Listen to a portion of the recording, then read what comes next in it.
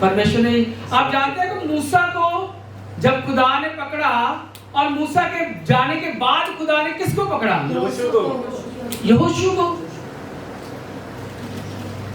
यहोशू को खुदा ने पकड़ लिया, क्योंकि यहोशू मूसा के साथ रहता था।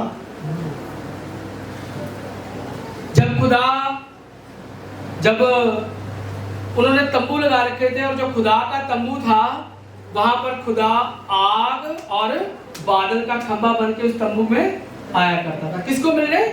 मूसा को मिलने, है ना। खुदा उस मिलाप वाले तंबू में मूसा से मिलने आया करता था। हम पढ़ेंगे, निर्गमन की पुस्तक निकालिए, उसका 33।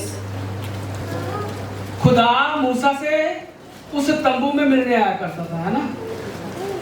परमेश्वर, जितने भी लोग उसके तंबू के इर्द गिर्द रहते थे, जब परमेश्वर उनको मिलने आता था, जब तंबू के पास वो बादल को और उस आग के खंभे को देखते थे, वो अपने घरों के बाहर खड़े होकर क्या करते थे? दंडवत किया करते थे। और परमेश्वर मूसा से उस तंबू में मिलने आया करता था और परमेश्वर मूसा से उस तंबू में मुलाकात करता था। हम पढ़ेंगे 33 की 11। और यहोवा मूसा से इस प्रकार आमने सामने बातें करता था, जिस प्रकार कोई अपने भाई से बातें करे। हालेलुया। खुदा यहोवा मूसा से किस प्रकार बातें करता था? भाई के समान। यानी कि इतनी घनिष्ठ मित्रता, इतनी क्लोजनेस, है ना। जो मर्जी अपने भाई से हम हर प्रकार की बात कर सकते हैं, किसी बात का भय नहीं, किसी बात की हमें सोचने की आवश्यकता नहीं। कितनी निकटता मूसा के साथ परमेश्वर की दिखाई हुई है ना। वो ऐसे बातें करता था, परमेश्वर यहोवा मूसा के साथ ऐसे बातें करता था जैसे किसी भाई के समान। हालेलुया। जोर से बोलिए, कैसे बात करता था? बड़ी निकटता के साथ, जैसे कि कोई भाई के साथ बात करता है। हालेलुया। उस तंबू में आकर मूसा के साथ यहोवा बातें किया करता था। आगे बढ़ेंगे। और मूसा तो छावनी में लौट आता था, पर यहोशू नामक एक जवान जो नूह का पुत्र और मूसा का सेवक था, वह तंबू में से ना निकलता था। हालेलुया। सुना किसी ने? यस। हालेलुया। जब उस तंबू में परमेश्वर उसके साथ बातें करता था ना, और बातें करने के बाद लिखा है मूसा तो उस तंबू से निकल आता था। बात करने के बाद बात खत्म और वो उस तंबू से मूसा निकल आया करता था। मगर आगे क्या लिखा है? एक जवान था जो नूह का पुत्र और मूसा का सेवक। किसका पुत्र? नूह का पुत्र। इसके बारे में थोड़ा डिटेल में बताया जा रहा है, डिटेल में थोड़ा आपको अच्छी तरह जानकारी मिले कि यहोशू कौन था, किसका पुत्र था? नून का पुत्र यहोशू। जब मूसा तंबू से बाहर चले जाया करता था परमेश्वर से बातें करने के बाद, इसका मतलब नून का पुत्र यहोशू भी मूसा के साथ उस तंबू में प्रेजेंट था। यस, वो रहता था उस तंबू में। हालेलुया। वो मूसा के साथ साथ रहता था। हालेलुया। कितनी बड़ी बात है। यहोशू कौन था? मूसा का सेवक। यस, नून का पुत्र था और मूसा का वो दास था, उसका सेवक था। वो मूसा के साथ साथ रहता था और जो बातें परमेश्वर, जो भाई भाई आपस में जिस प्रकार भाई से बात करता है, वो बातों को यहोशू अपने कानों से सुना करता था, है ना। वो दो संगति कर रहे हैं और उनकी संगति के साथ यहोशू भी धीरे से संगति कर रहा है ना। किसकी संगति कर रहा है? यस, मूसा की और परमेश्वर की वो संगति कर रहा है। हालेलुया। मूसा तो बातें करके दिखाया कि चला जाता था, मगर यहोशू उस तंबू से नहीं निकलता था। क्यों नहीं निकलता था? मूसा तो चला गया, है ना, बातें करके मूसा तो चला गया, मगर परमेश्वर की उपस्थिति को वो हमेशा महसूस करता रहता था। हालेलुया। उसका दिल नहीं करता होगा कि मैं यहाँ से चला जाऊं। वो बैठे रहता होगा, वो बातें करके चले गए हैं, मैं बातें सुन रहा हूँ, और जब चले गए मेरा मन नहीं कर रहा उनकी बातें सुनकर। अब मेरा मन उनकी बातों को, वो मनन करता होगा उन बातों को, परमेश्वर का कितना धन्यवाद करता होगा कि परमेश्वर देखो कितना महान है, और मूसा से बात करे। वो अपने आप को भी धन्य कहता होगा कि मुझे मूसा ने अपना सेवक बनाया हुआ है। हालेलुया। वो धन्यवाद करता होगा कि मूसा ने मुझे अपना सेवक बना रखा है, मैं मूसा का सेवक हूँ, और उसके चरणों में जब वो बैठा होता है तो उसकी बातों को वो ध्यान से सुनता है। उसका मन नहीं कर रहा कि मैं तंबू को छोड़कर चला जाऊं। जैसी संगत वैसी रंगत, है ना? किसकी संगत की इसने? परमेश्वर की, मूसा की। और जब हम किसी के साथ मिलते जुलते हैं ना, जब हमारी दोस्ती बढ़ती है ना, है ना, तो हमारा दिल उसके साथ मिल जाता है, अटैच हो जाता है, हमें पता भी नहीं चलता। स्कूल में हम जाते थे, नए नए चेहरे मिलते थे, नई जगह गए, ट्रेनिंग में गए, तो संदीप ये सब मेरे लिए नए हैं, है ना, सब नए होते हैं, मगर धीरे धीरे ऐसी अटैचमेंट होती है जैसे भाई के साथ भाई की। मैंने बताया कि हम हॉस्टल में पढ़ते थे, और शुरू में मैं और मेरा भाई हम रोया करते थे छत के बैठ के कि हमारा दिल नहीं लगता, हमें यहाँ खाने को अच्छा नहीं लगता, हमें तो अपने घर की याद आती है, माँ की याद आती है, अपनी बहन की याद आती है, अपने पापा की याद आती है, तो हमारा हॉस्टल में दिल नहीं लगता था। मगर धीरे धीरे जब दोस्ती हुई, एक दोस्त बना, फिर दूसरा बना, फिर तीसरा बना, फिर चौथा बना, दोस्ती ऐसी बन गई जैसे भाई के साथ, बोलिए जोर से, भाई के साथ भाई। वहां हम आपस में दोस्त नहीं हुआ करते थे, हम भाइयों की तरह रहते थे, इकट्ठे खाना, गाने बजती थी, सब इकट्ठे खाना खाने जाते थे, इकट्ठे ही, है ना, प्रेयर इकट्ठे, पढ़ाई इकट्ठे, 10:30 बजे प्रेयर स्टडी खत्म होती थी, इकट्ठे सोने के लिए जाना, लाइटें 10:30 बजे बंद हो जाएगी, सब इकट्ठा करते थे। और धीरे धीरे हमारी दोस्ती ऐसे होगी जैसे भाई के साथ भाई की। अब जहां हमारा दिल नहीं लगा करता था, हम चाहते थे कि यहाँ हम ना रहें, हम रोया करते थे छत पे बैठ के। अब हॉस्टल में छुट्टियां पड़ गई, अब हमारा मन नहीं कर रहा कि हम घर चले जाएंगे। आज छुट्टियां हो गई, नहीं यार आज नहीं जाएंगे, आज थोड़ा घूमने चलते हैं, शाम को निकल गए घूमने, कल जाएंगे।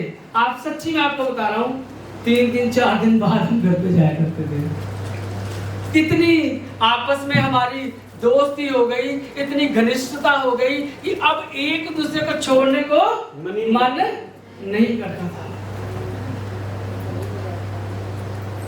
वो यहोशू दोनों की बातें सुना करता था, उनके साथ, चाहे वो आराम से बैठा उनको सुनता रहता था, और उसकी ओर परमेश्वर की निगाह। परमेश्वर तो सब जानता है ना, उसने देखा मूसा चला जाता है मगर यहोशू तंबू को नहीं छोड़ता। पढ़ो इसको दोबारा से, लास्ट लाइन। पर और मूसा छावनी से लौट आता था, हाँ? यहोशू नामक जवान जो नून का पुत्र और मूसा का सेवक था, वह तंबू में से ना निकलता था। यस, वो तंबू से नहीं निकलता था, उसका मन उस वहां से जाने को नहीं करता था। वो चाहता था कि मैं परमेश्वर की हजूरी में बैठा रहूं। जब हम परमेश्वर की हजूरी में बैठते हैं ना, परमेश्वर पर दया करता है, हम एक रंगत में रंग जाते हैं। धीरे धीरे हमारी आदतें, हमारा चलना फिरना, उठना बैठना, सब कुछ बदलने लगता है जब हम खुदा की हजूरी में बैठते हैं। तभी तो मत्ती 6:6 में परमेश्वर कहता है, अपना द्वार बंद कर अपनी कोठरी में जा और मुझसे अकेले में अलग करके। मूसा को अलग करके लेके जाता था परमेश्वर, 40 दिन तक सब लोगों से अलग करके परमेश्वर कहाँ लेगा उसको? पर्वत पर ले गया, उससे बातें करने के लिए। Hallelujah, hallelujah. परमेश्वर दुनिया से अलग कर लेता है। अकेले में बैठकर आप कभी प्रार्थना करना। डैनियल चाहे जो मर्जी हो जाए, राजा ने मना भी कर दिया, मगर फिर भी उसने प्रार्थना करनी ना छोड़ी। वो अकेले कमरे में जाता था और क्या करता था? प्रार्थना किया करता था। और यहोशू, उसका मन परमेश्वर के साथ इतना लगा हुआ था कि वो भी मूसा के जाने के बाद भी वहां बैठा रहता था और क्या करता था? खुदा से प्रार्थना करता था। आप जानते हैं यीशु मसीह के जाने के बाद सब चेले एक जगह इकट्ठे हुए और सबने प्रार्थना की और पेंतीकोस्त के दिन सबको क्या मिला? पवित्र आत्मा का वरदान मिला। जब हम अपने आप को खुदा की हजूरी में रखते हैं, जब हम खुदा के चरणों में बैठ जाते हैं, यदि हम देखें जो शैमुएल नबी है, वो रात को सो रहा था, है ना, अकेला था वहां पर और वहां कोई नहीं था। उसको धीरे से आवाज आई। क्या आवाज आई? शैमुएल। उसको पता नहीं चला किसने आवाज मारी, वो ऐसे देख दूर के सो गया होगा। फिर उसको एक बार फिर से आवाज आई, शैमुएल, शैमुएल। वो कहाँ था? परमेश्वर के भवन में। और फिर वो गया, उसने जाके बताया कि मुझे ऐसे आवाज आती है, शैमुएल, शैमुएल। उसने बताया कि तुझे परमेश्वर आवाज लगा रहा है। अब अगर तुझे आवाज देगा तो कहना मैं तेरा दास यहाँ हूँ, मैं सुन रहा हूँ। हालेलुया। अकेला था। परमेश्वर आपको भी अलग करना चाहता है। आप अलग बैठ के दुआ कीजिए। परमेश्वर की हुजूरी में आप अलग बैठ के जाइए। परमेश्वर आपसे बहुत प्यार करता है, इसलिए चाहता है कि मैं अकेले में बैठकर अपने बेटे से, अपनी बेटी से बात करूं। हम यहाँ सब जने इकट्ठे होते हैं, परमेश्वर की आराधना करते हैं, परमेश्वर की महिमा करते हैं, परमेश्वर को बहुत अच्छा लगता है। इकट्ठे होना मत छोड़िए, मगर अकेले में दुआ करना भी मत छोड़ना। कभी भी अकेले में दुआ करना मत छोड़ना। और हम पढ़ेंगे गिनती की पुस्तक उसका 27 इसका 18 पढ़िए। यहोवा ने मूसा से कहा, हाँ, यहोवा ने क्या कहा मूसा से? एक दिन अब धीरे धीरे ऐसा आया कि यहोवा ने मूसा से कहा, क्या कहा? तो नून के पुत्र यहोशू को लेकर उस पर हाथ रख। हालेलुया। तो नून के पुत्र यहोशू को लेकर उस पर हाथ रख। वह ऐसा पुरुष है जिसमें मेरा आत्मा बसा है। हालेलुया। बोलिए तो सही, हालेलुया। जब वो परमेश्वर की उपस्थिति में बैठा रहा, बैठा रहा, बैठा रहा, मूसा तो चला जाता था, मगर परमेश्वर वहां मौजूद था। परमेश्वर हर जगह मौजूद है ना। वो तंबू में उपस्थित था। अब क्या हुआ? उसने मूसा से कहा, तू नून के पुत्र यहोशू को लेकर आ, उस पर हाथ रख, क्योंकि मेरा आत्मा उसमें वास करता है। हालेलुया। यदि आप परमेश्वर की हजूरी में बैठेंगे ना, तो एक दिन ऐसा आएगा, परमेश्वर आपके अंदर क्या करेगा? अपना आत्मा डालेगा, खुद वो आपके अंदर वास करेगा। फिर एंटरटेनमेंट की जरूरत नहीं है। जब तक आपको लगता है कि मुझे एंटरटेनमेंट की जरूरत पड़ रही है, मैं YouTube खोलूं, फिल्में देखूं, इंस्टाग्राम देखूं और न जाने क्या क्या देखूं, तो समझ लीजिए अभी परमेश्वर का वास मेरे अंदर नहीं है। परमेश्वर कहता तो है कि तुम्हारा शरीर पवित्र आत्मा का मंदिर है। और हम बड़ी खुशी से कहते हैं हमारा शरीर पवित्र आत्मा का मंदिर है। पर वो मंदिर खाली है। मंदिर तो है, परमेश्वर ने हमारे शरीर को पवित्र आत्मा का मंदिर बना लिया, मगर उस पे कब्जा कोई और करके बैठा हुआ है। यदि अब भी हमारा मन खुदा के वचनों की ओर नहीं लगता, यदि अब भी हमारा मन उसकी स्तुति महिमा करने को नहीं लगता, यदि अब भी हमारा मन प्रार्थना में नहीं लगता, रात को उठने को दिल नहीं करता, जब हम बाइबल खोले तो अब भी अगर नींद आ जाए तो शरीर के अंदर कोई और वास करता है। परमेश्वर ने तो कहा है पवित्र आत्मा का मंदिर है ना, मगर मंदिर के बाहर कुछ लोगों ने ताला लगा रखा है। समझते इस बात को? No entry.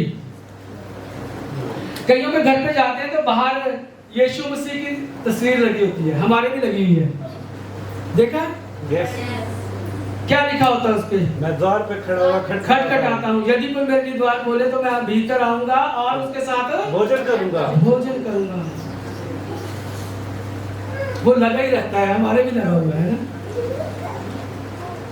कुछ ने तो आने दिया मगर कुछ ने नहीं आने दिया, लिख के जरूर लगा दिया है ना, पर परमेश्वर को वहां पर आने नहीं दिया।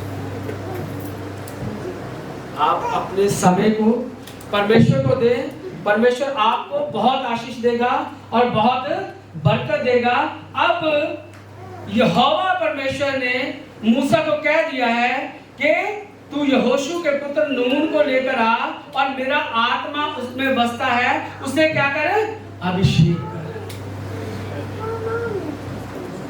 क्यों? मूसा इजराइलियों को मिस्र से निकाल कर लाया।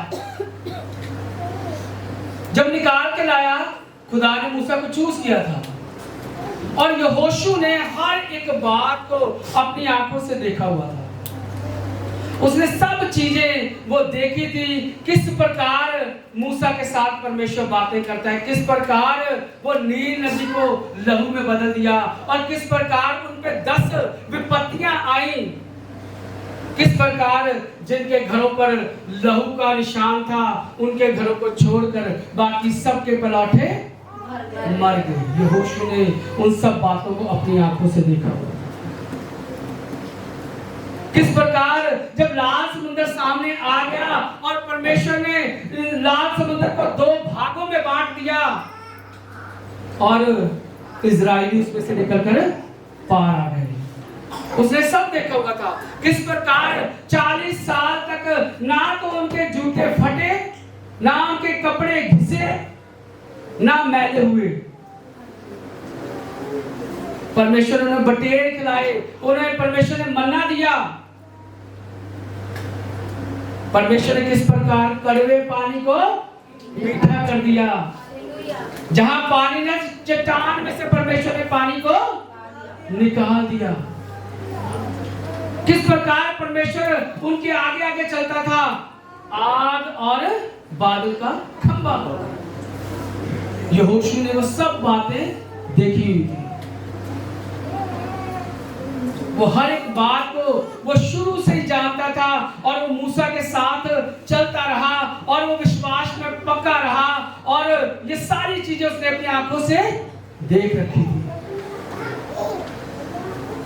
आज वो अलग बात है, मैं फिर बताऊंगा कभी, जो चट्टान पे उसने लाठी मारी थी और उसके बाद परमेश्वर जो वहां से उसको लेके जा रहा था, सबको लेके जा रहा था, किसके द्वारा? मूसा के द्वारा वहां से निकाल कर लेके जा रहा था अब कनान देश के पास से। मगर परमेश्वर ने मूसा से कह दिया कि ये लोग जो तेरे साथ हैं ये जा पाएंगे मगर तू नहीं जा पाएगा, तू कनान में नहीं जा पाएगा। अब क्या हुआ? अब परमेश्वर ने किसी और को चुन लिया। किसको चुना? यहोशू को परमेश्वर ने चुन लिया, जिसने आगे जाके यरीहो की दीवार गिराई। हालेलुया। और भी बड़े काम किए। यहोशू को परमेश्वर ने अब चुन लिया, तो क्या मूसा ने गुस्सा किया कि मैंने भी जाना था वहां पर कनान देश में? नहीं, उसने ऐसा नहीं कहा। उसने ऐसे सारी बातों को, सारी विधियों को यहोशू को समझाया। जैसे वो देते हैं ना, चार्ज देते हैं किसी को, है ना, कि भाई मेरी तो ड्यूटी खत्म है, यहाँ पर आज मेरी 2 बजे तक थी और अब सिस्टर राधा की है, तो सिस्टर राधा का हैंड ओवर दे देना है। दो जी। वो गुस्सा करते हैं तो मेरी छुट्टी होगी नहीं, परमेश्वर की मर्जी है। अब मूसा की जगह परमेश्वर ने किसको चुन लिया? यहोशू को चुन लिया। और यहोशू को मूसा ने बड़े आराम से सारी चीजें बताई कि ऐसे ऐसे परमेश्वर के साथ चलना है। यदि यहोशू की पुस्तक हम निकालें, उसका पहला अध्याय, मैं चाहूंगा कि पहला अध्याय जो है ना, इसको हम शुरू से थोड़ा सा पढ़ेंगे, क्योंकि यहाँ से जो यहोशू है उसकी शुरुआत होती है। हालेलुया। यहोवा के दास मूसा की मृत्यु के बाद यहोवा ने उसके सेवक यहोशू से, जो नून का पुत्र था, कहा, मेरा दास मूसा मर गया है, इसलिए अब तू उठ, कमर बांध और इस सारी प्रजा समेत यरदन पार होकर उस देश को जो जिसे मैं उनको अर्थात इस्राएलियों को देता हूँ, उस वचन के अनुसार जो मैंने मूसा से कहा, अर्थात जिस जिस स्थान पर तुम पाँव धरोगे वह सब मैं तुम्हें दे दूंगा। जंगल और उस लबानोन से लेकर प्रात महानद तक और सूर्यास्त की ओर समुद्र महासमुद्र तक हित्तियों का सारा देश तुम्हारा भाग ठहरेगा। तेरे जीवन भर कोई, ये परमेश्वर, आप ध्यान से सुनिए, परमेश्वर ने यहोशू को जब परमेश्वर ने चुन लिया, और परमेश्वर अब किससे बातें कर रहा है? यहोशू से। उसको ये बातें बता रहा है। तेरे जीवन भर कोई तेरे सामने ठहर न सकेगा। जैसे मैं मूसा के संग रहा वैसे ही तेरे संग भी रहूंगा। जैसे मैं मूसा के संग रहा वैसे मैं तेरे भी संग रहूंगा। और ना तो मैं तुझे धोखा दूंगा और ना तुझको छोड़ूंगा। इसलिए हिया बांध कर दृढ़ हो जा, क्योंकि जिस देश के देने की शपथ मैंने इन लोगों के पूर्वजों से खाई थी, उसका अधिकारी तू इन्हें करेगा। इतना हो कि तू हिया बांध कर और बहुत दृढ़ होकर जो व्यवस्था मेरे दास मूसा ने तुझे दी है, उन सब के अनुसार करने की चौकसी करना, और उससे ना तो दाहिनी मुड़ना और ना बाएं। तब जहां जहां तू जाएगा वहां वहां तेरा काम सफल होगा। हालेलुया। ध्यान देंगे थोड़ी देर के लिए। इतना वादे परमेश्वर ने किए, ना मैं तुम्हें कभी छोड़ूंगा, मैं तेरे साथ साथ रहूंगा, जीवन भर मैं तेरे साथ रहूंगा। मगर 7वें अध्याय में क्या कहा? बस केवल इतना कर, इतना हो कि तू हियाव बांध कर और बहुत दृढ़ हो जा, और व्यवस्था मेरे दास मूसा ने जो तुझे दी है उन सब के अनुसार करने में चौकसी करना। जो मूसा ने तुझे विधियां बता दी हैं, जो बातें तुझे बता दी हैं, ये बाइबल जो आपको दे दी है, उसके सब कामों में क्या करना? तू दृढ़ हो जा और चौकसी करना। उन सब बातों के अनुसार चौकसी करना, और उनमें से ना तो दाहिने ना बाएं मुड़ना, और जहां जहां तू जाए वहां तेरा काम सफल होगा। इतने वादे तो परमेश्वर ने कर दिए, और उसके बाद 7वें अध्याय में परमेश्वर ने उसको एक इंस्ट्रक्शन, आयत में इंस्ट्रक्शन दी है कि तू ऐसा करना। जो वचन जो तुझे मूसा ने व्यवस्था दी है, उससे ना तो दाएं मुड़ना और ना तो बाएं मुड़ना, और फिर तेरा हर काम क्या होगा? सफल होगा। हालेलुया। और हम देखते हैं कि हर एक जन ये चाहता है कि हम इस संसार में हमारा कोई रुतबा हो, हमें लोग जाने, है ना। बहुत सारे फेमस होने के लिए बहुत अच्छे काम भी करते हैं, और बहुत पुट्ठे काम भी लोग करते हैं कि लोगों को पता चल जाए ये कोई बंदा है ना, सिर्फ फेमस होने के लिए। आप जानते हैं आजकल बहुत कुछ चल रहा है, कोई किस चीज में फेमस हो रहा है, कोई किस चीज में फेमस हो रहा है। अच्छे कामों में फेमस होना थोड़ा टाइम लगता है ना, मगर आज एक बुरा काम बाहर जाके कर दो, कल की कबार में आप सुर्खियों में होंगे। दुआ जितनी मर्जी करी जाए कोई नहीं पूछेगा, बाइबल आप जितनी मर्जी पढ़ लो कोई नहीं पूछेगा, बाहर बैठ के पढ़ो बाइबल, दुआ करो आप लोग आपको उठाएंगे, उठो यहाँ से, घर जाके करो, यहाँ नहीं करने, है ना। मगर पुट्ठा काम कर दो बाहर जाके, कल की अखबारों में मोटा मोटा आपका नाम आएगा, देखो ये बंदे ने ये कर दिया। कुछ लोग फेमस होने के लिए ऐसे काम भी करते हैं कि मैं फेमस हो जाऊं, मैं प्रभावशाली बन जाऊं। यदि परमेश्वर के साथ आप चलोगे ना, तो वचन कह रहा है परमेश्वर आपको क्या कर देगा, प्रभावशाली बनाएगा। Hallelujah, hallelujah. आपको कुछ भी करने की जरूरत नहीं है, ये संसारिक प्रभावशाली बनने से क्या हो जाएगा,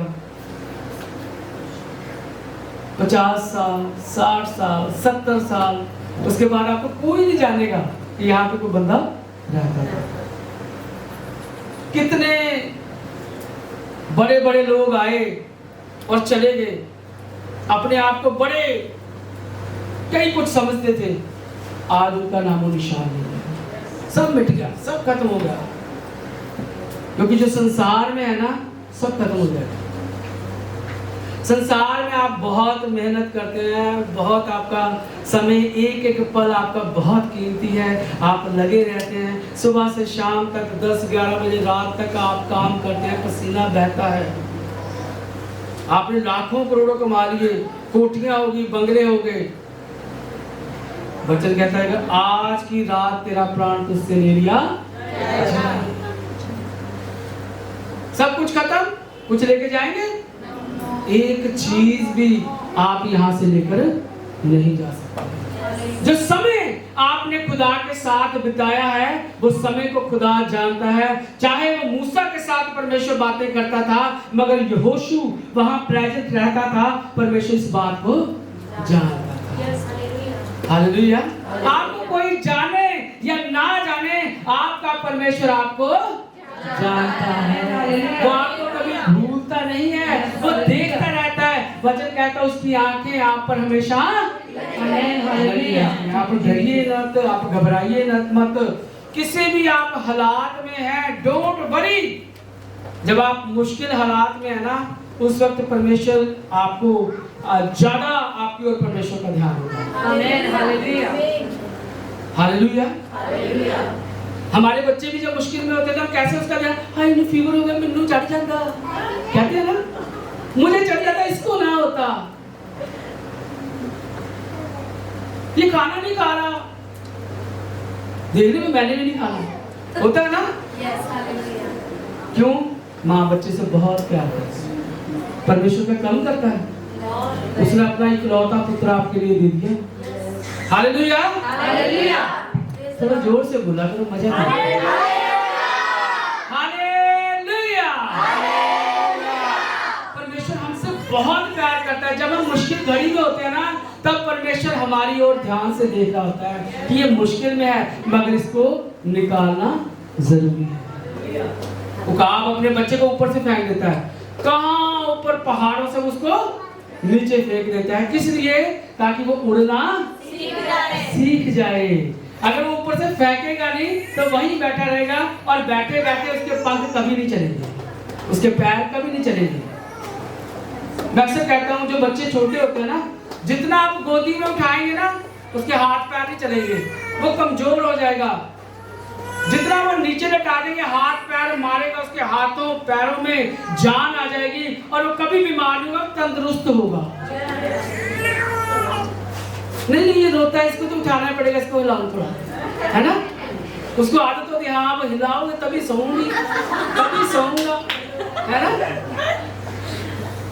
मम्मी हिला नहीं, फिर हिलाओ, तभी सोगी।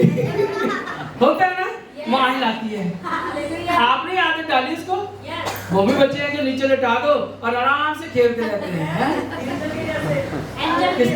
एंजल की तरह। वो बच्चे हेल्दी होंगे।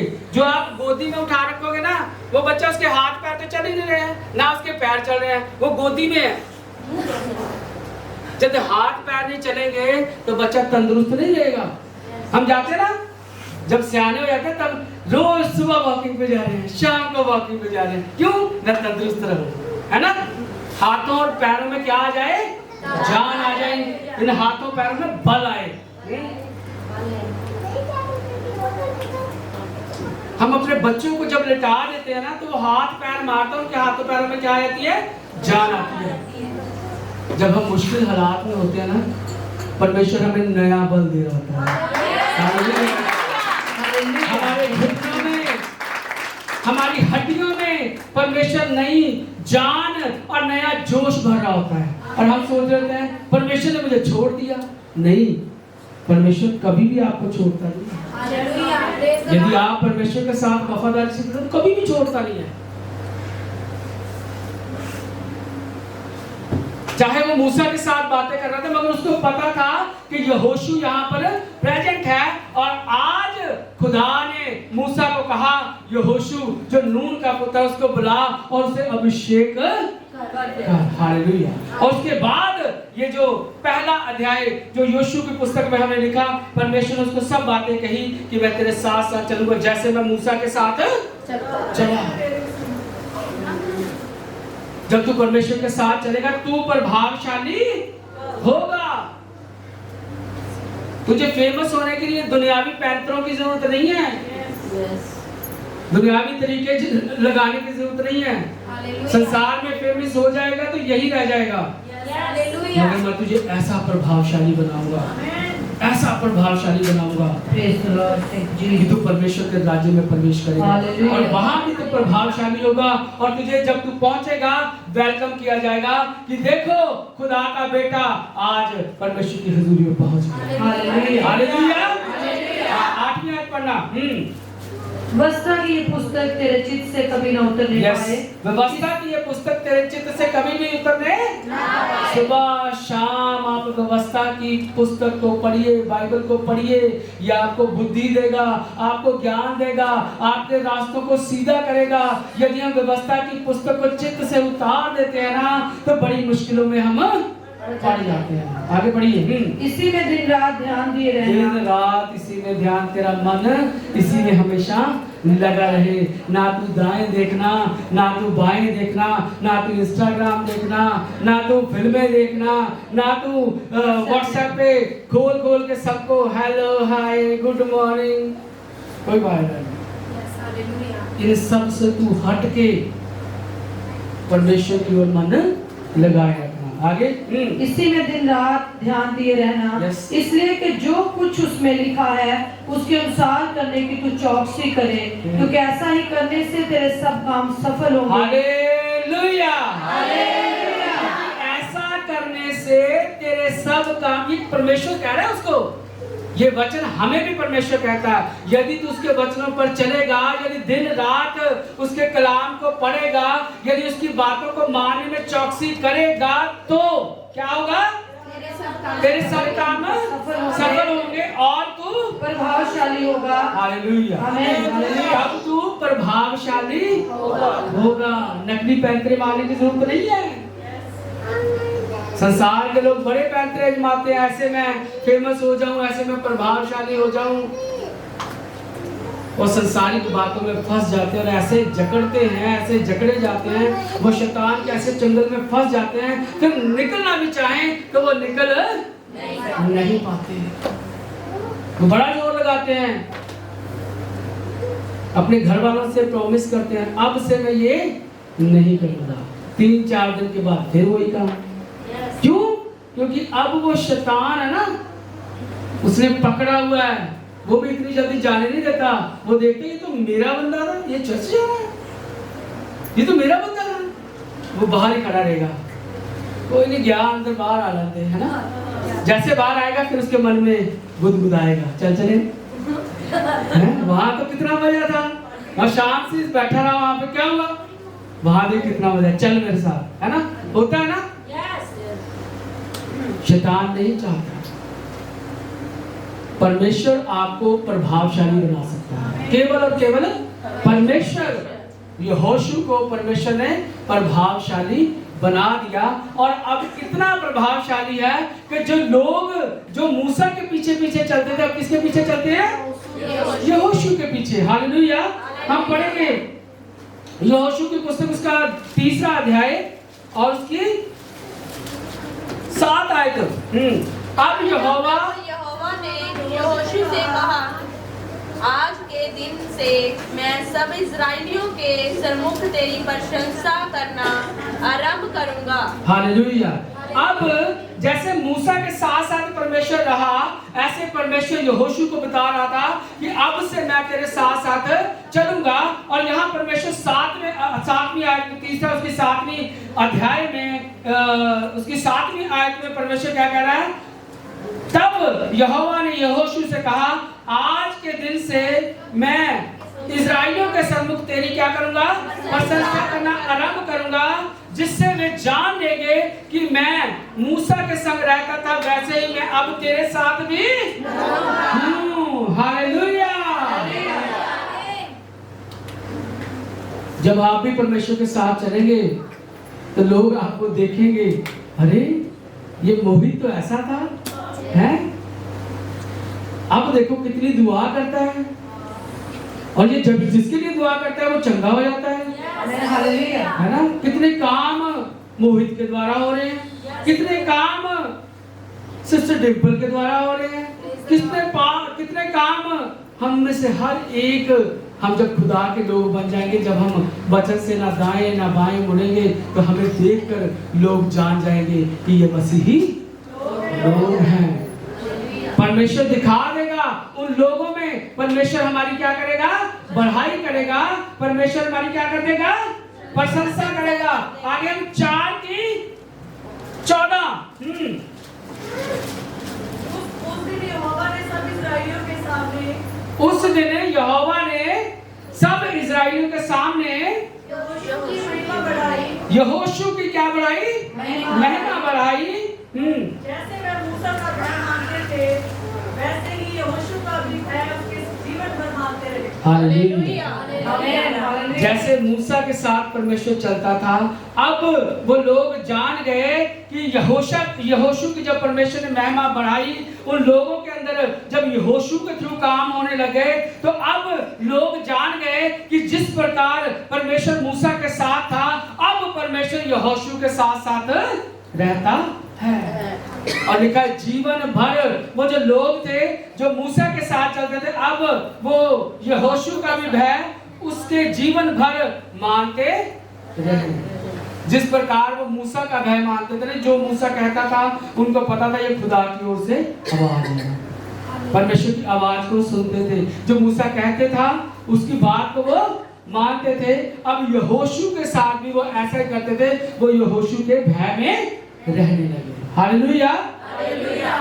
परमेश्वर आपकी महिमा को बढ़ाएगा, परमेश्वर आपको प्रभावशाली करेगा यदि आप उसके साथ साथ रहेंगे, यदि उसके वचनों से ना आप दाएं मुड़ेंगे ना आप बाएं मुड़ेंगे। उसकी प्रेजेंस में रहना बहुत जरूरी है। जब हम उसकी प्रेजेंस में रहेंगे ना, वो आपको इतने में ही बुद्धि दे देगा, इतने में ही आपको चुन लेगा कि ये मेरी हजूरी में बैठा रहता है। हालेलुया। हालेलुया। वो कुछ नहीं करता था, कुछ भी नहीं करता था, वो केवल उसका दास था और वहां बैठा रहता था, और परमेश्वर ने उसको चुन लिया। और एक बहुत ही हम देखते हैं कि जिस प्रकार मूसा ने उस लाल समुद्र को 2 भाग में बांट दिया ना, बांटा था। यस। जोर से बोलिए, बांटा था। हालेलुया। मूसा ने लाल समुद्र को 2 भाग में बांटा था। बोलो यस नहीं, ये बोलो। मूसा ने समुद्र को 2 भागों में बांटा था। परमेश्वर से कहा ये जो तेरे हाथ में लाठी है इसे मार, और वो समुद्र 2 भागों में बट गया। मैं आपको एक चीज बताना चाहता हूं, यहोशू जब परमेश्वर के साथ चला और जब उसके साथ साथ चलता रहा, परमेश्वर ने उसके थ्रू भी एक बहुत बड़ा काम किया। जब हम पढ़ते हैं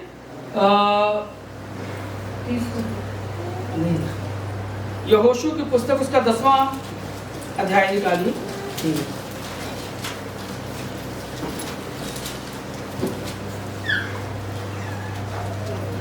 हालेलुया। जब अमोरियों के साथ युद्ध चल रहा था ना, तब परमेश्वर यहोशू के साथ था। हालेलुया। और इसमें एक वचन मैंने पढ़ा और मेरे दिल को बहुत ज्यादा छू गया कि परमेश्वर के आगे जब यहोशू ने प्रार्थना करी और एक ही प्रार्थना के द्वारा इतना बड़ा काम हुआ, जिस प्रकार हम कहते हैं ना कि कौन सी धरती है जिसने सिर्फ एक बार सूरज को देखा? किसने देखा था? लाल समुद्र की धरती ने। दोबारा फिर वहां पे पानी आ गया, दोबारा वो कभी भी सूखी नहीं। हालेलुया। और इसी प्रकार जब युद्ध चल रहा था तो हम पढ़ेंगे अमोरियों के साथ युद्ध चल रहा था, तब 10 की 12 उस समय अर्थात जिस दिन यहोवा ने एमोरियों को इस्राएलियों के वश में कर दिया। सॉरी टू से, प्लीज कोई माइक में पढ़ देगा तो ज्यादा अच्छा रहेगा, क्योंकि मेरे तक नहीं आवाज आ रही।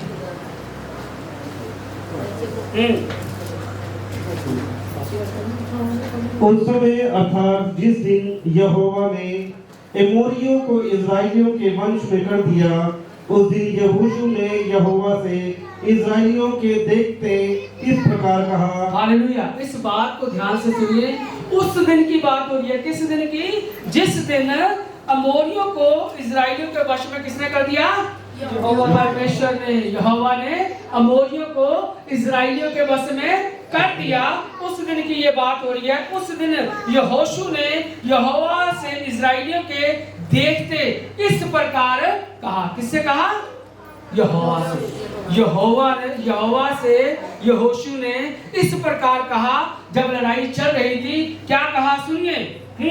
हे सूर्य, हे गिबोन पर और हे चंद्रमा, तू अयालोन की तराई के ऊपर थमा रहे। हालेलुया। अयालोन की तराइयों पर क्या रहे? थमा रहे। किसको कहा? सूर्य को, गिबोन दोनों को। उसने उस पर्वत पे रुके रहने के लिए उसने कह दिया। और जैसे ही कहा तो आगे 13वीं आयत पढ़िए। और सूर्य उस समय तक थमा रहा। सूरज उस समय तक लड़ाई चल रही थी और सूरज थम गया। और लिखा सूरज उस समय तक थमा रहा और चंद्रमा उस समय तक ठहरा रहा। और चंद्रमा उस समय तक ठहरा। ये यहोशू की प्रार्थना है। परमेश्वर के आगे उसने प्रार्थना की और सूरज उस जगह पर क्या हो गया? थम गया। और चंद्रमा भी उस समय तक क्या रहा? ठहरा रहा। हालेलुया। जब तक उस जाति के लोगों ने अपने शत्रुओं से बदला ना लिया। हालेलुया। जब तक उन्होंने अपने शत्रुओं से बदला ना लिया। और लिखा है कि चौथे पहर तक, आगे पढ़ दीजिए जरा। क्या यह बात यशायाह नामक पुस्तक में नहीं लिखी है कि सूर्य आकाश मंडल के बीचों बीच ठहरा रहा और लगभग 4 पहर तक ना डूबा। हालेलुया। अपने डूबने के समय से लगभग 4 पहर तक वो नहीं डूबा। हालेलुया। यहोशू की परमेश्वर ने प्रार्थना को सुना। कभी सुना है समुद्र ठहर गया, सूरज ठहर गया, 12 घंटे। ये चंद्रमा ठहर गया। चंद्रमा ठहर गया। वो अपनी जगह पर स्थिर रहे। क्यों? क्योंकि वो युद्ध उनको जीतना जरूरी था। परमेश्वर ने सूरज को, उस समय क्या था कि जब शाम ढल जाती थी तो लड़ाई बंद हो जाती थी। पर परमेश्वर ने कहा नहीं, है ना? उसने प्रार्थना कर दी। जब तक वो नहीं जीते, चौथे पहर तक सूरज अपने स्थान पर थमा रहा, चंद्रमा अपने स्थान पर थमा रहा। शाम ढली नहीं, सारी रात वो लड़ते रहे। चौथे पहर तक लिखा है वो लड़ते रहे। कभी पहले सुना है कि समुद्र अपनी जगह पर, सूरज अपनी जगह पर ठहर गया, चंद्रमा अपनी जगह पर ठहर गया किसी के प्रार्थना करने के द्वारा। हालेलुया।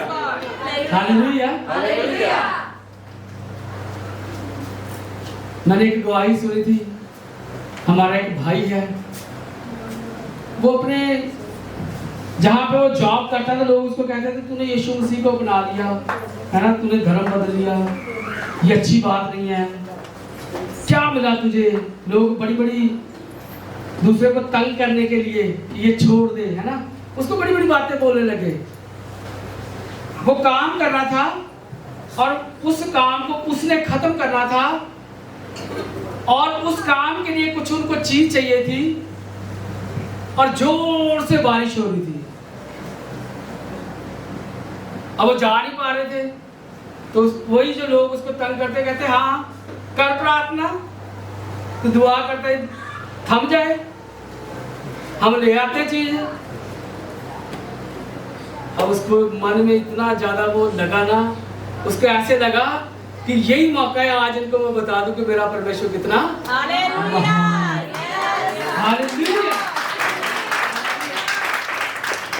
यकीन मानिए वो ऐसे बाहर गया, कहते ठीक है, उसने प्रार्थना करी, हे परमेश्वर हमें ये काम है, हमने जाना है, ये बारिश बंद हो जाए जब तक हम फिर लौट के ना आए।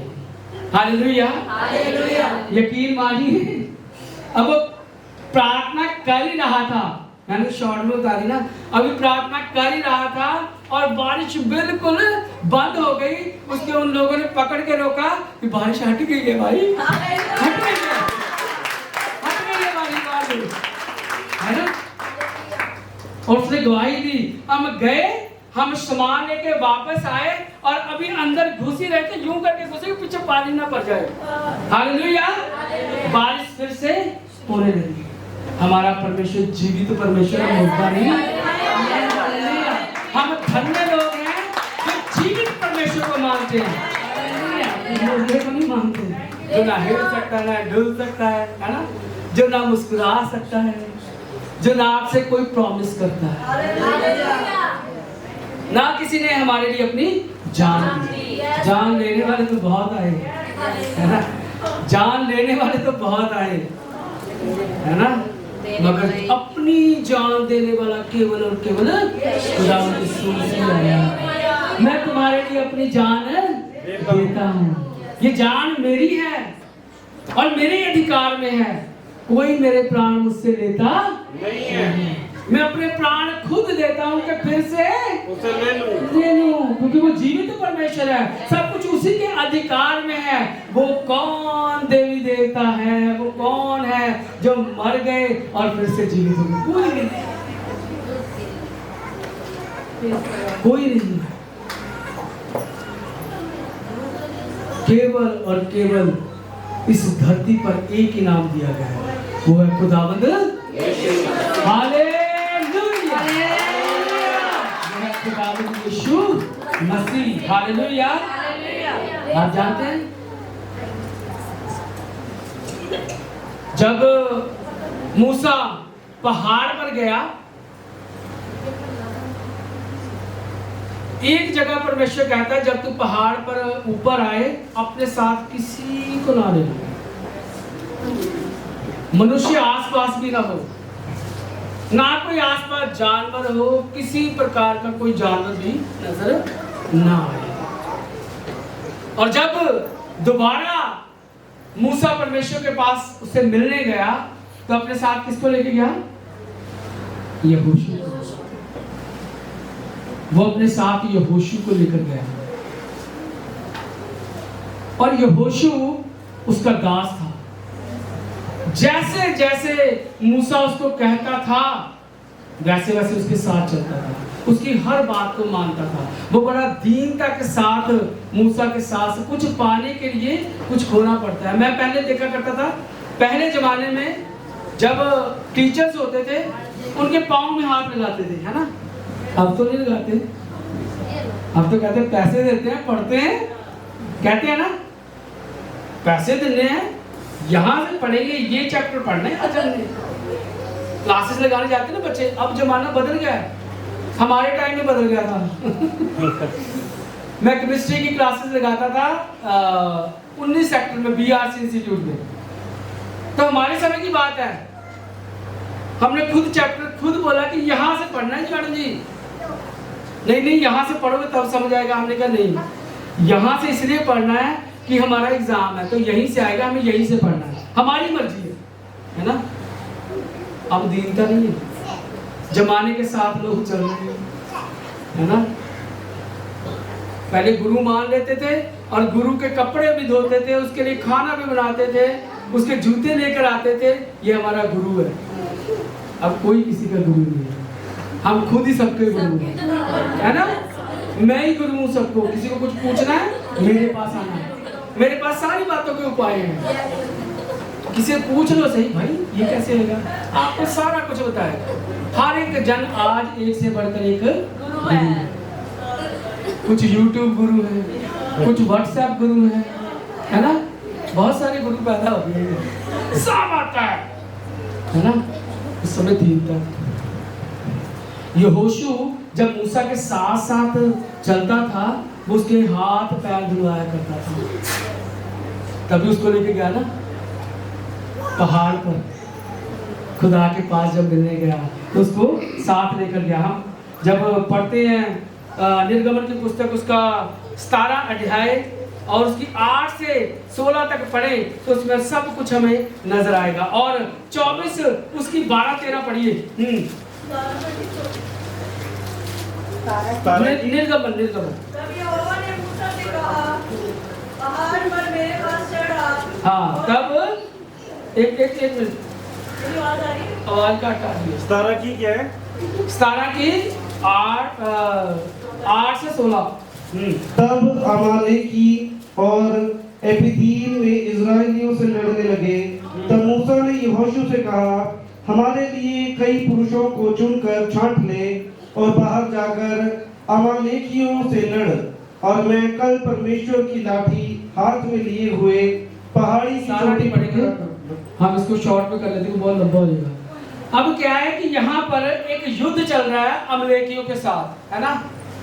और मूसा पहाड़ पर चला गया और उसने कहा, वो अपनी लाठी लेकर वो पहाड़ पर गया और वो जब तक हाथ ऊपर उठाए रखता था, उसने कहा कुछ पुरुषों का साथ ले और मैं हाथों को ऊपर उठाऊंगा। जब तक वो हाथ ऊपर उठाए रखता था तब तक वो जंग जीत जाते थे। और जंग में अगुवाई कौन कर रहा था? यहोशू। किसको इस्तेमाल कर रहा था परमेश्वर? यहोशू को।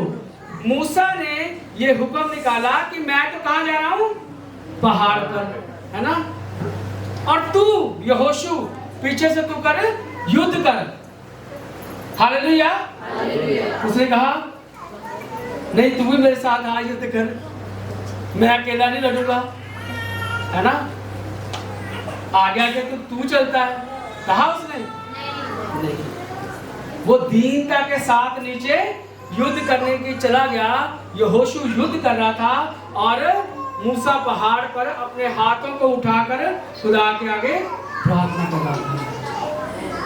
और लिखा जब संध्या हो गई, जब उसके हाथ थकने लगे तो उन्होंने पत्थर लेके उसके हाथों के नीचे रख दिए ताकि उसके हाथ नीचे ना आए और वो युद्ध जीत गए। हालेलुया। एक चीज मैं इसमें पढ़ रहा था, हम कई बार ये सोचते हैं कि ये पुस्तकें किसने प्रेरणा दी होगी, किसने कहा होगा मूसा को कि ये किताबें लिख, है ना। तो इसमें मुझे ये एक चीज जो 17 उसकी 14वीं आयत में मुझे मिली कि परमेश्वर ने मूसा से कहा था कि ये सब बातें किसमें लिख? पुस्तक में। ये पुस्तक में जो लिखी हुई किताबें हैं ना, हम एक वचन पढ़ते हैं ना कि परमेश्वर का वचन जो है वो परमेश्वर की प्रेरणा के द्वारा लिखा गया। तो इसमें 14वीं आयत जब हम पढ़ते हैं, तब यहोवा ने मूसा से कहा, किसने कहा?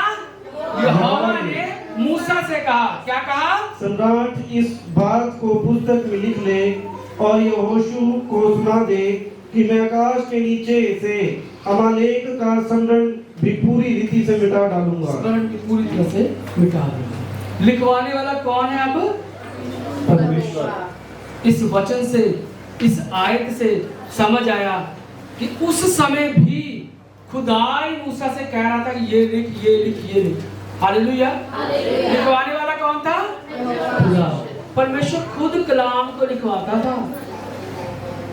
इस कलाम को लिखवाने वाला परमेश्वर है। एक एक बात जो इस वचन में लिखी है, सारी पुस्तक जो है ना, पूरा जो खुदा का वचन है वो परमेश्वर की प्रेरणा के द्वारा लिखा गया। हालेलुया। हम पढ़ेंगे 24 इसी का 24वां अध्याय उसकी 12 और 13। तब यहोवा ने मूसा से कहा, पहाड़ पर मेरे पास चढ़ा और वे वहीं रहे, और मैं तुझे पत्थर की पट्टियां और अपनी लिखी हुई व्यवस्था और आज्ञा दूंगा कि तू उनको सिखाए। तब मूसा यहोशू नामक अपने सेवक समेत परमेश्वर के पर्वत पर चढ़ गया Yes, और पुरानियों से लिखा है कि परमेश्वर ने जब यहोवा ने मूसा को पहाड़ पर बुलाया कि वो पट्टियां लेकर ऊपर आ जा, मैं तुझे वो फिर से लिख कर दूंगा, और वो यहोशू को साथ लेकर लिखा है जो लिखी हुई व्यवस्था दूंगा कि तू उसको सिखाए। तब मूसा यहोशू नामक अपने सेवक समेत परमेश्वर के पर्वत पर चढ़ गया। मैं इस बात को जब पढ़ रहा था ना, तो मैं देख रहा था कि वो सेवक है, वो दास है, और हमने एक वर्ष जब अभी हमने पहले पढ़ी 17वीं जो अध्याय में हमने पढ़ा, तो मूसा तो ऊपर गया और नीचे कौन युद्ध कर रहा था? यहोशू। वो एक सेनापति भी था। एक सेनापति होते हुए, एक अधिकारी होते हुए भी उसको मूसा अपना दास कह रहा है। हालेलुया। वो अधिकारी होते हुए उसको वो पद मिला हुआ था, मगर उस पद के होते हुए भी वो आज्ञाकारी रहा। यो मूसा के कहने के अनुसार वो युद्ध लड़ता रहा, वो दीनता में रहा, वो आज्ञाकारिता में रहा। और आज जब एक बड़ा काम करने के लिए वो परमेश्वर के पास उसको मिलने जा रहा है, तो उसने अपने दास को छोड़ा नहीं। क्यों? क्योंकि वो जानता था मैं जो आज्ञा दूंगा इससे मुझे कोई प्रॉब्लम नहीं है, मैं जो उसको कहूंगा वो मेरी बात को मानेगा। और अपने दास को लिखा हुआ है, चाहे वो बड़ा अधिकारी था, है ना, पर लिखा है कि अपने दास को लेकर उस पहाड़ पर चढ़ गया। जब हम दीन होते हैं, जब हम नम्र होते हैं, जब हम आज्ञाकारिता में होते हैं, जब हम हमेशा परमेश्वर की प्रेजेंस में होते हैं, तो हम खाली हाथ नहीं लौटते, खाली हाथ नहीं लौटते। वो जगह जो मूसा की थी, परमेश्वर ने कहा मूसा तू नहीं जा सकता, मैंने यहोशू को चुन लिया। हालेलुया। हालेलुया। मैंने यहोशू को चुन लिया है। यहोशू आगे लेकर जाएगा। जब हम खुदा के साथ वफादारी, ईमानदारी, दीनता और नम्रता के साथ चलते हैं ना, जब हमारे अंदर मैं नहीं होती, जब हमारे अंदर ईगो नहीं होती, है ना, तो खुदा सब जानता है ना। चाहे वो चुपचाप ही मूसा के और परमेश्वर के बीच में जो वार्तालाप होती थी उनको सुनता रहा, चुपचाप, है ना, कोई एक्शन नहीं था, वो चुपचाप वहां पड़ा रहता था। मूसा के जाने के बाद भी वहां पड़ा रहता था। ये सब कुछ परमेश्वर की नजर में था। हालेलुया। मैं आपसे भी कहना चाहता हूँ, अपने समय को परमेश्वर को दे, दीनता के साथ, नम्रता के साथ उसकी हजूरी में बैठे रहे। कुछ मिले या ना मिले, जो भी आप परमेश्वर के लिए करते हैं, परमेश्वर भूलता नहीं है। एक दिन आएगा वो आपको जो कुछ भी आपकी इच्छा है, जो कुछ भी आपने खुदा के लिए किया है, वो सूत समेत आपको लौटा देगा। जो आपने सोचा नहीं है, यहोशू ने कभी नहीं सोचा होगा कि जैसे मूसा के साथ परमेश्वर चलता है, मेरे भी साथ चलेगा, जैसे ये लोग मूसा के पीछे पीछे चलते हैं, मेरे भी पीछे चलेंगे, उसने नहीं सोचा होगा। वो तो दीनता के साथ पड़ा हुआ था, वो तो सेवक था, वो तो आज्ञाकारी था। जो आज्ञा निकलती थी उस आज्ञा को मानना उसका काम था। आगे का काम किसने किया? जोर से तो बोलो। वो दीनता के साथ रहा, नम्रता के साथ रहा, उसकी हजूरी में पड़ा रहा। आगे का काम किसने किया? परमेश्वर ने किया। बोलिए हालेलुया, हालेलुया। आप भी अपने जीवन में अपने समय को परमेश्वर के साथ दो, परमेश्वर के साथ वफादारी से चलो, आगे का काम परमेश्वर का है। हालेलुया। सब काम परमेश्वर पर छोड़ दो। वो बहुत दयालु परमेश्वर है, वो दयावान है, हालेलुया। वो बहुत ज्यादा विलंब से क्रोध करने वाला है। Thank you Jesus. वो धीरज धर कर आपको देखता रहता है, मेरा बेटा मेरी बेटी एक दिन लौट कर मेरे पास आ जाएगी। आप कोशिश करते रहिए, कोशिश करते रहिए। Praise the Lord. खुदा आपको बहुत आशीष देगा, बहुत बरकत देगा, सबको जय से। हालेलुया। हालेलुया। धन्यवाद।